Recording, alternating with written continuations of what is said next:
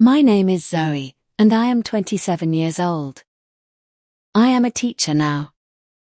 But there was a time when my own family tried to make sure I would never become one.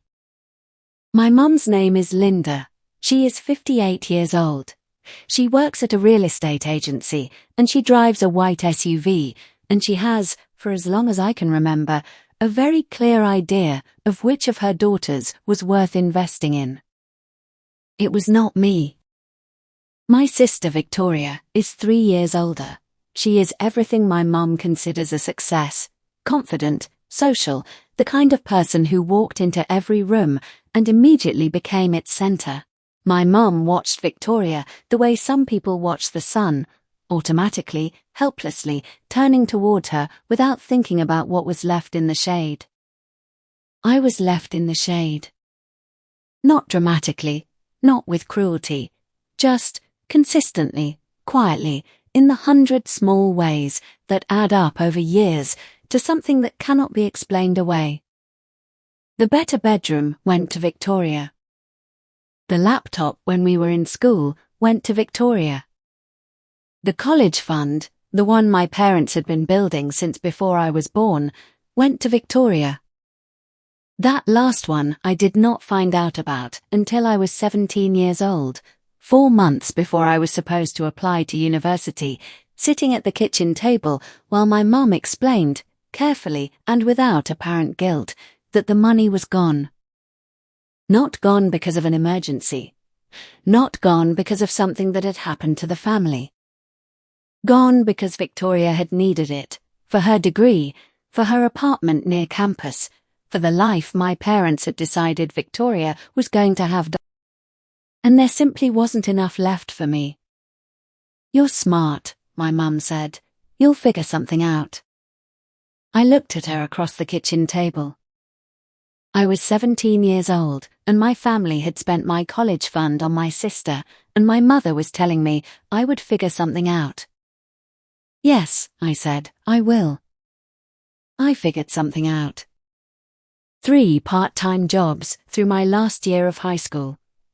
Every spare hour working, a coffee shop in the mornings before school, a supermarket on weekends, babysitting on weekday evenings. I saved every dollar.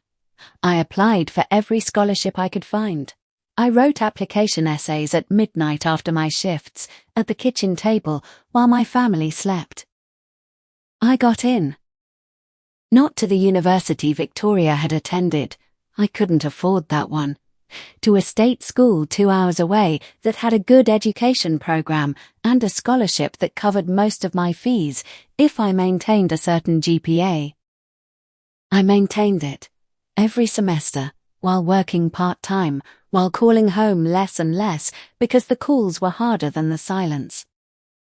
My mum called on my 20th birthday. "Victoria got promoted," she said. "Isn't that wonderful?" It was my birthday. She did not mention my birthday until I said, "It's my birthday today, Mum." A pause. "Oh," she said, "of course. Happy birthday." I put the phone down and I sat in my student apartment and I thought about the college fund and the laptop and the better bedroom and the birthday that had come second to my sister's promotion. And I made a decision. I was going to become a teacher. Not because my family believed in me, not because anyone had invested in me or told me I was worth investing in. Because I knew, from the inside, from the specific experience of a child who had been told in 100 quiet ways that she was the lesser investment, what it did to a person when nobody believed they were worth the effort. I was going to be the person who believed.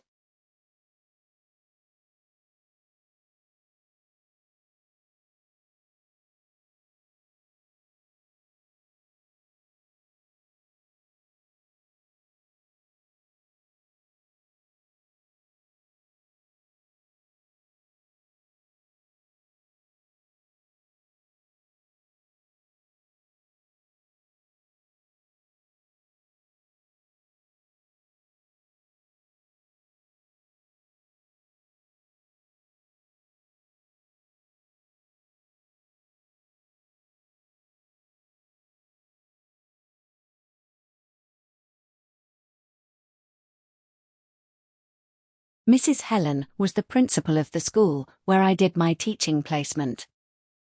She was 61, small and precise, with white hair and reading glasses. She was always losing and finding on top of her own head. She had been running her school for 15 years, with the calm authority of someone who had decided long ago what mattered and organized everything else accordingly. What mattered, I learned quickly, was the children. Not the paperwork, not the inspections, not the league tables or the performance metrics or any of the administrative machinery that surrounded the actual work. The children, their specific needs and specific gifts and specific struggles. She noticed the same thing in me within the first week. Not in the effusive way of someone performing encouragement, in the direct way of someone who saw things clearly and said what she saw. "You notice the quiet ones," she said after my first observed lesson, "the ones who aren't asking for attention. That's not common." "I was one," I said. She looked at me over her reading glasses. "I thought so," she said. She offered me a permanent position at the end of my placement. I sat in her office and she made the offer, and I thought about the coffee shop and the supermarket and the midnight essays and the birthday that came second to my sister's promotion. "Yes," I said, "I'd like that very much." She nodded, matter of fact, like it was already decided. "You'll be good at this," she said, not as encouragement, as a statement of fact she had already verified. I pressed my lips together. "Thank you," I said. "Don't thank me," she said. "Thank whoever taught you to see the quiet ones." I thought about my mum, about Victoria, about the college fund and the laptop and the shade I had been left in for 27 years. "Nobody taught me," I said. "I learned it myself." She looked at me for a moment. "Even better," she said. Her husband Tom came to the school sometimes, to fix things, mostly, because Tom was the kind of man who fixed things. He was 64 and quiet, and he smelled of sawdust, and he had the patience of someone who had spent his life working carefully with things that required attention. He fixed a shelf in my classroom one afternoon without being asked. Noticed it was loose, came back the next day with tools, fixed it, left without making it a story. I watched him go, and I thought, this is what it looks like when someone simply does what needs doing. No performance, no requirement of gratitude, just the thing, done, because it needed doing.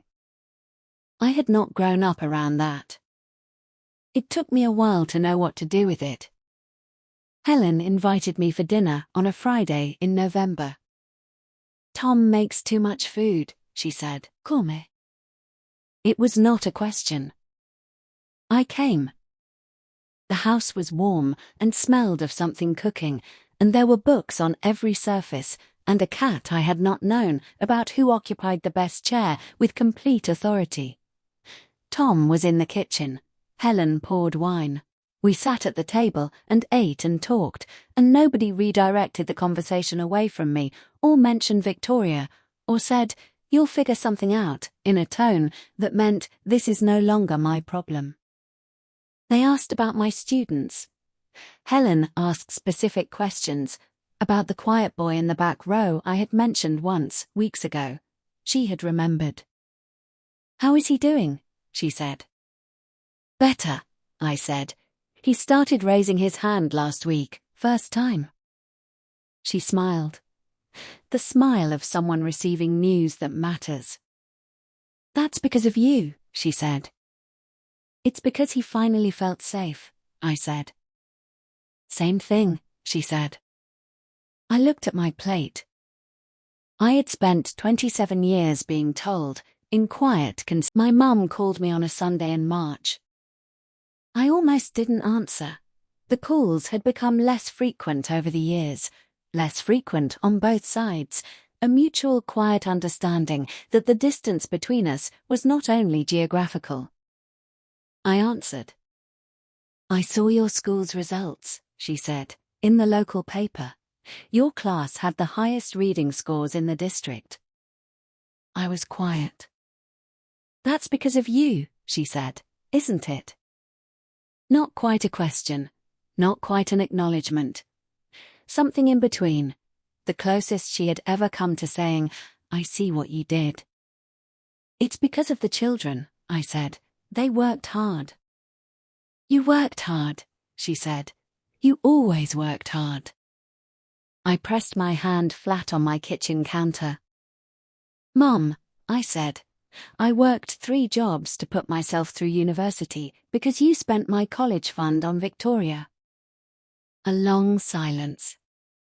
I know, she said, quietly, just that. I need you to know that, I said, not to punish you, just, I need you to actually know it, not explain it away, just know it.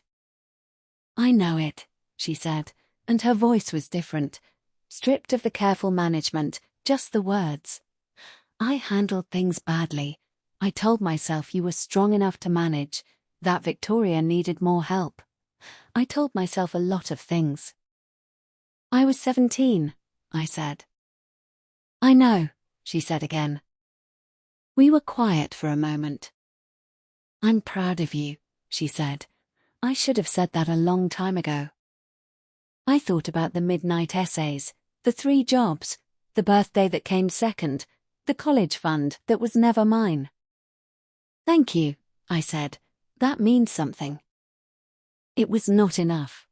It was not what I had needed at 17 or 20 or 25. But it was real. And real, I had learned, slowly and with help, was always the place to start. I am 27 years old. I stand in front of my class every day, and I notice the quiet ones, the ones not asking for attention, the ones who have learned, already, to take up less space than they deserve. I see them. I tell them, in the specific, consistent, unhurried way that Mrs. Helen taught me by example, that they are worth seeing, that their ideas matter, that the quiet ones are sometimes the ones who see the most clearly. I have Helen, who remembered the name of my quiet student and asked about him weeks later. I have Tom, who fixed my shelf without being asked and passed the bread without ceremony and said, "Eat, there's too much food," like it was the simplest thing. I have a classroom full of children who are learning, one ordinary day at a time, that they are worth the investment. I learned that too. Late, expensively, by my own effort and with the help of people who chose to show up. But I learnt it. And now I teach it. Every single day. If you are watching this and your family spent your future on someone else, if you worked 3 jobs at 17 and wrote essays at midnight and were told you would figure something out, I want to say something.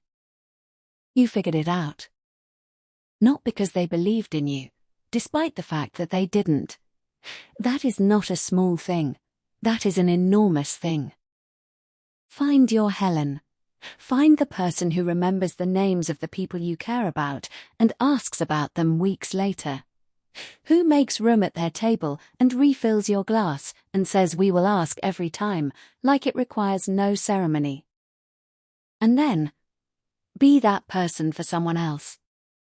Notice the quiet ones. They are worth seeing. They always were.